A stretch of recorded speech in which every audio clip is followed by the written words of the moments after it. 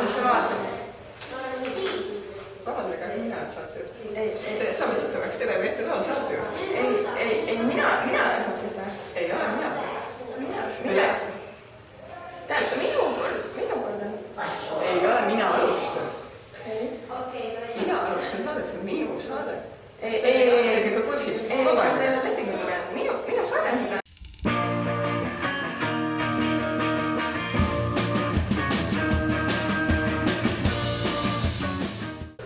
Tere tulemast saatesse Vaatepunkt. Mina olen teie saatejuht Grete Paar. Tänaseks teemaks on võõrkeelte olulisus haridussüsteemis. Meie külaliseks on Õpetajate Liidu esindaja Kadalin Pihlak. Tervist! Miks teie arvates on üldse vaja muuta midagi haridussüsteemis, mis on nagu probleem? Esiteks minu arvates on tänapäeva noorte venekeelne tase lihtsalt liiga nõrk. Nagu teada, siis gümnaasiumi lõpuks omandab õpilane inglise keele poolest taseme B2 või isegi C1, aga vene keele koha pealt jääb see tavaliselt sinna A2, B1 piiridesse ja mina arvan isiklikult, et see on liiga madal. Ja peagi vajalikuks muuta seda niimoodi, et vene keelt hakatakse õpetama lastele varem, aga erinevalt sellest, mida ehk olete meediast kuulnud, siis arvan, et seda ei tuleks teha inglise keele arvelt. Minu lahendus probleemile oleks see, et inglise keelt hakatakse õpetama endiselt samalt oluliselt nagu on siiani, ehk siis tüüpiliselt selline 2.–3. klass, aga vene keele õpetamise aeg võiks tulla ettepoole klasside suhtes. Aga millest te arvate, et see on põhjustatud, et inimesed oskavad inglise keelt nii hästi, aga vene keele tase on nii nõrk? Isiklikult mina arvan, et see põhjus, miks inimesed ei oska tänapäeval hästi vene keelt, on see, et teatavasti on Eesti rahvastikust suur osa ka vene keelt kõnelevad inimesed ja just seetõttu võib olla inimestel negatiivsed kokkupuuted nende inimestega.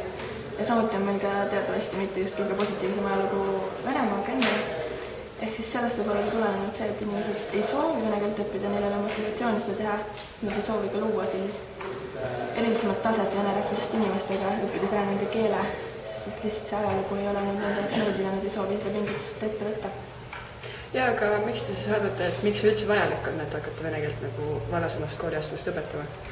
Nagu juba mainitud, siis tõesti vene rahvusest inimesed on suur osa Eesti rahvastikust ja seetõttu on see vene keele oskus ka oluline tööturul.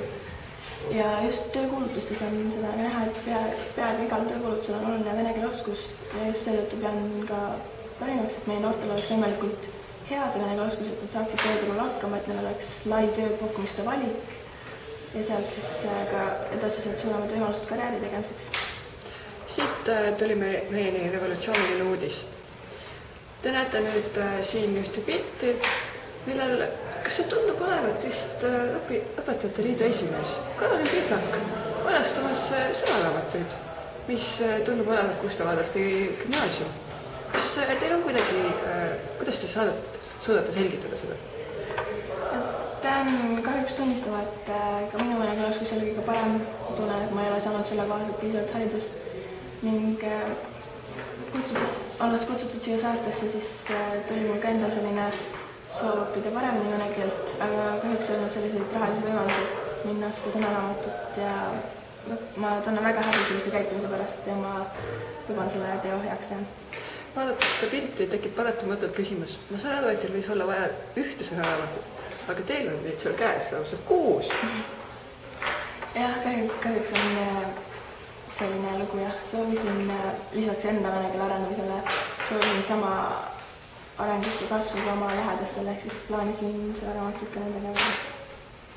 No näete nüüd, miks on vene keele õppimine oluline.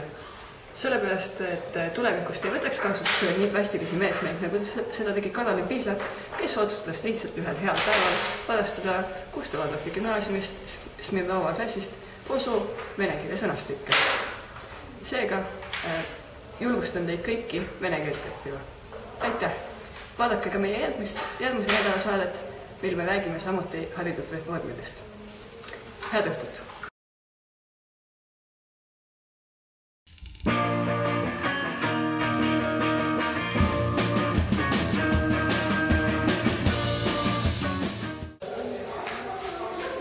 Saatesse Vaatepunkt. Mina olen teie saatejuht Kadalin Pihlak ning meie tänane teema on radikaalsed muutused haridussüsteemis. Minu külaliseks on haridusministri nõunik Reet Eron. Tere tulemast!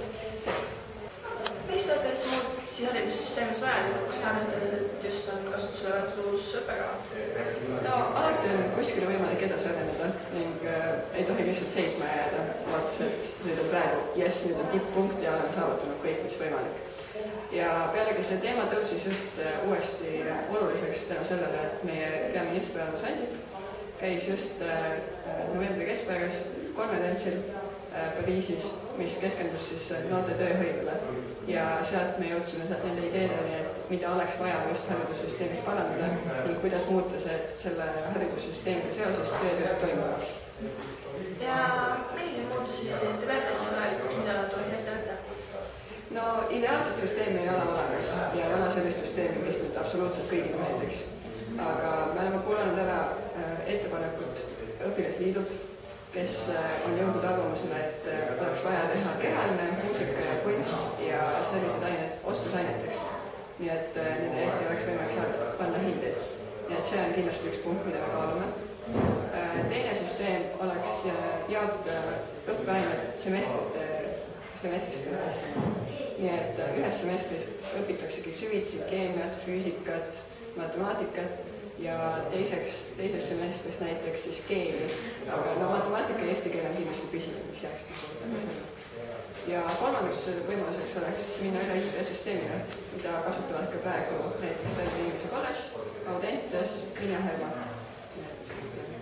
Ja ehk selgitada meie teravaatajatele, mida see IB-süsteem endast täpselt kujutab?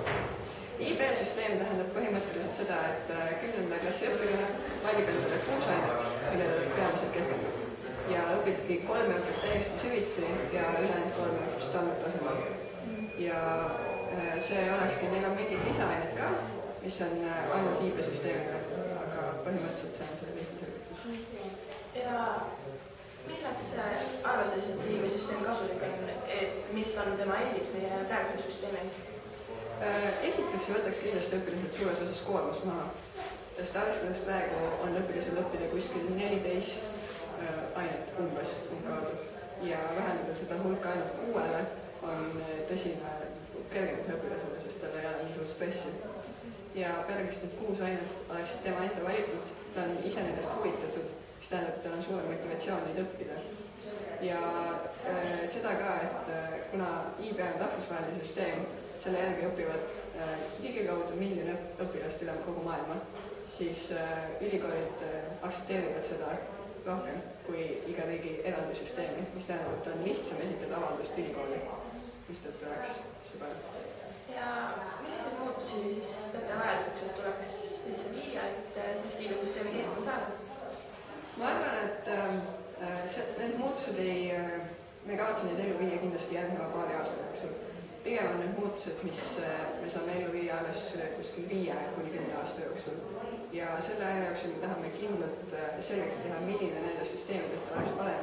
Kas tõesti minna üle IB-süsteemile, et olla siis rahvusvahelisem, või jääda ka sellele semestrite-süsteemile, või on siiski meie praegune süsteem parem ja teha lihtsalt mõningaid väikeseid ümberkorraldusi. Nii et see kõik on olenev ja praegu meil käib pidevalt diskussioonid selle üle, milline oleks nendest kõige parem.